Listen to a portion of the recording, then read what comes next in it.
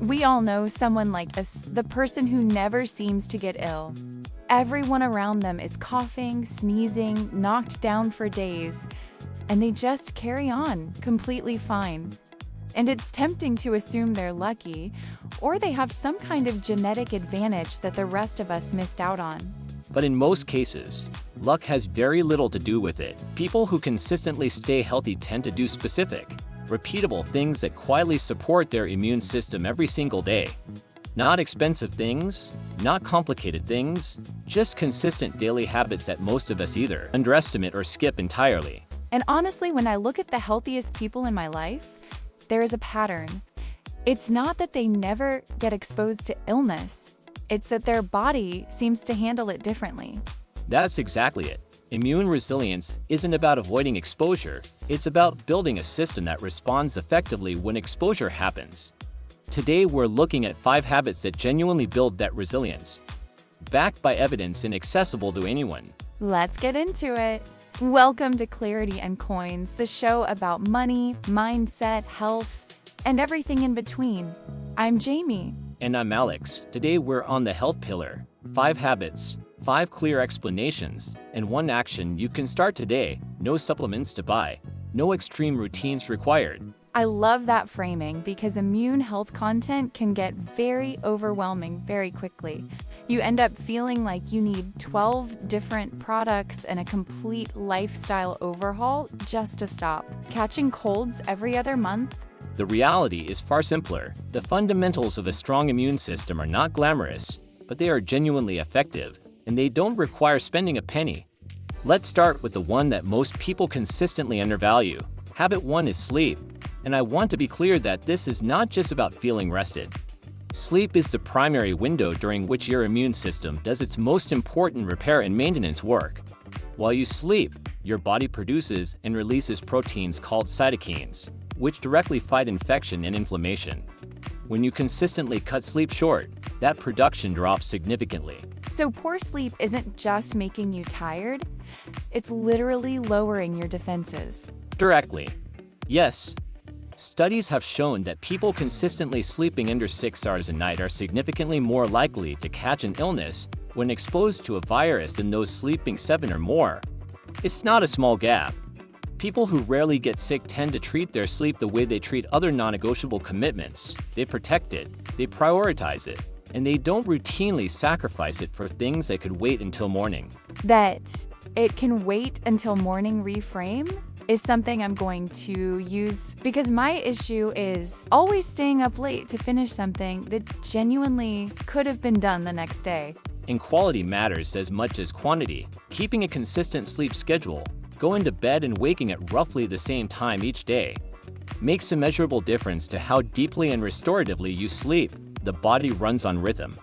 When you keep irregular hours, your sleep suffers, even if the total hours look acceptable on paper. Same time every day, even on weekends. I've heard that before and always resisted it. But hearing it framed as an immune habit makes it feel more worth protecting. Habit 2, daily movement? Movement, yes, but not the way people usually assume.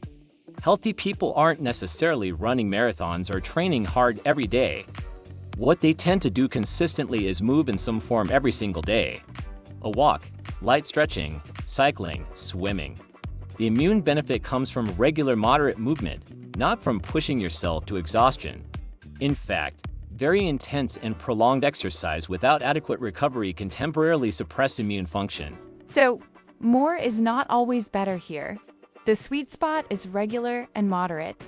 Exactly, and what's happening physiologically is that regular movement increases the circulation of immune cells throughout the body, making them faster and more effective at detecting threats. It also helps flush bacteria out of the airways, reduces stress hormones, which we'll get to in habit 3, and improves sleep quality. These 5 habits aren't independent. They genuinely reinforce each other.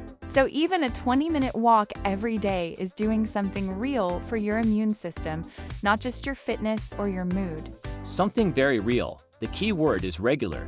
One long session a week doesn't provide the same benefit as 20 to 30 minutes every day. Frequency is what drives the immune effect. not intensity. Habit 3 is one people don't typically expect on a health list: managing stress. Chronic, unmanaged stress is one of the most significant suppressors of immune function that exist. When your body is under sustained stress, it produces elevated levels of cortisol. In short bursts, cortisol is genuinely useful. It helps you respond to immediate pressure. But when it stays elevated for weeks or months, it actively suppresses the immune response. That explains why so many people get ill right after a really intense period, like the first week of a holiday, or just after a big deadline. Your body was holding on the whole time, and the moment the pressure lifts, everything comes out. That phenomenon is well documented and has a name. It's sometimes called the letdown effect. During sustained stress, the immune system holds back because the body is in survival mode. The moment cortisol drops, your defenses relax and any virus that was quietly circulating can finally surface. People who rarely get ill are not people with stress-free lives. They're people with consistent practices for releasing stress before it accumulates to that level. Things like breathing exercises, time outside, journaling. Proper downtime, not as luxuries, but as regular protected practices. The specific method matters far less than the consistency. What these people share is a genuine commitment to decompression as a regular part of how they operate. Not something they get to when everything else is done, because everything else is never done. 3 habits in: protecting sleep, moving daily, and managing stress consistently. What strikes me is how interconnected they all are. Poor sleep raises cortisol. High cortisol disrupts sleep. Daily movement helps regulate both. They're not separate habits, they're one system. 2 more to go, and I think these next 2 are the most overlooked. They're the ones that almost never make it onto these kinds of lists. Let's go. Habit 4, nutrition and hydration, I'm guessing. Both. And I want to be careful here not to make this sound like a strict diet prescription, because it isn't. People who stay healthy are not necessarily following a specific meal plan or eliminating entire food groups. What they tend to do is stay consistently hydrated throughout the day and eat mostly whole foods, vegetables, fruits, legumes, whole grains, quality protein, most of the time. The phrase "most of the time" is deliberate. So it's not about being perfect, it's about the overall pattern being predominantly good. That's exactly what the research supports. Consistent, mostly nutritious eating over time has a far more significant effect on immune resilience than any short-term cleanse or restrictive diet. And then there's hydration, which people dramatically underestimate. Water helps carry nutrients to cells, flush waste products out, and keep mucous membranes moist. Those membranes are one of the body's first physical barriers against pathogens entering through the nose and throat. So a dry throat and dry nasal passages aren't just uncomfortable. They're literally a weakened line of defense. Correct. People who rarely get sick tend to drink water consistently throughout the day without thinking about it. It's a background habit, and they don't use that hydration to replace food quality. Both things matter, water and mostly whole foods, consistently. That's the entire habit. Habit 5 is the one that surprises people the most. People who stay consistently healthy tend to have strong social connections, and those connections are protective at a biological level, not just an emotional one. Social connection as an immune habit. I genuinely would not have put those 2 things together. The research on this is striking. Loneliness and chronic social isolation are associated with significantly increased levels of inflammation in the body and immeasurably reduced immune response. Some studies have found effects comparable in scale to smoking or physical inactivity. Human beings are deeply social by nature. When that need is chronically unmet, the body interprets it as a form of threat, which once again feeds back into elevated cortisol, disrupted sleep, and reduced immune function. So, the phone call to a friend, the evening with family, the time invested in relationships, those aren't just nice things. They are literally functioning as health protection. They really are, and quality matters far more than quantity here. A few close, consistent relationships are associated with better health outcomes than a wide but shallow social life. People who rarely get sick are very often people who feel genuinely connected to at least a few others. That is not a coincidence, it's biology. That reframing means a lot to me. Time spent with people you care about isn't time away from productivity or self-improvement. It actually is self-improvement in one of the most fundamental ways possible. 5 habits. Protect your sleep, move your body daily, manage your stress before it manages you, stay hydrated, and eat mostly whole foods, and invest in the relationships that matter. Which one do we start with?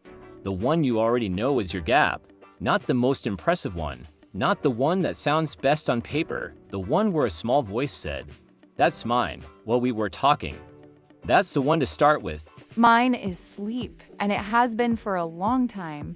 I just keep treating it as the thing I'll fix when life gets quieter, which it never does. Life does not get quieter on its own. So the action for this week, not this month, this week, is one single concrete change. Protect 1 more hour of sleep by choosing a consistent bedtime. Drink 1 extra glass of water before you reach for anything else in the morning. Take a 10-minute walk that you currently skip. Make the phone call you've been putting off. One change, repeat it every day for 7 days. Let that become the floor before you add anything else on top. None of these habits require a gym membership or a meal plan. They just require showing up for your own body in small, consistent ways. That's it. That's the whole thing. Small and consistent will always outperform dramatic and short-lived every single time. That's a wrap on episode 6 of Clarity in Coins. Staying healthy is rarely about dramatic interventions. It's about protecting the basics every day for the long run. Share this with someone who keeps saying they'll look after themselves when things calm down, because things rarely calm down unless you decide they will. And if you're not subscribed yet, hit that button. New episodes every week on money, mindset, health, and self-improvement. Remember, clarity is the first coin. See you in the next one.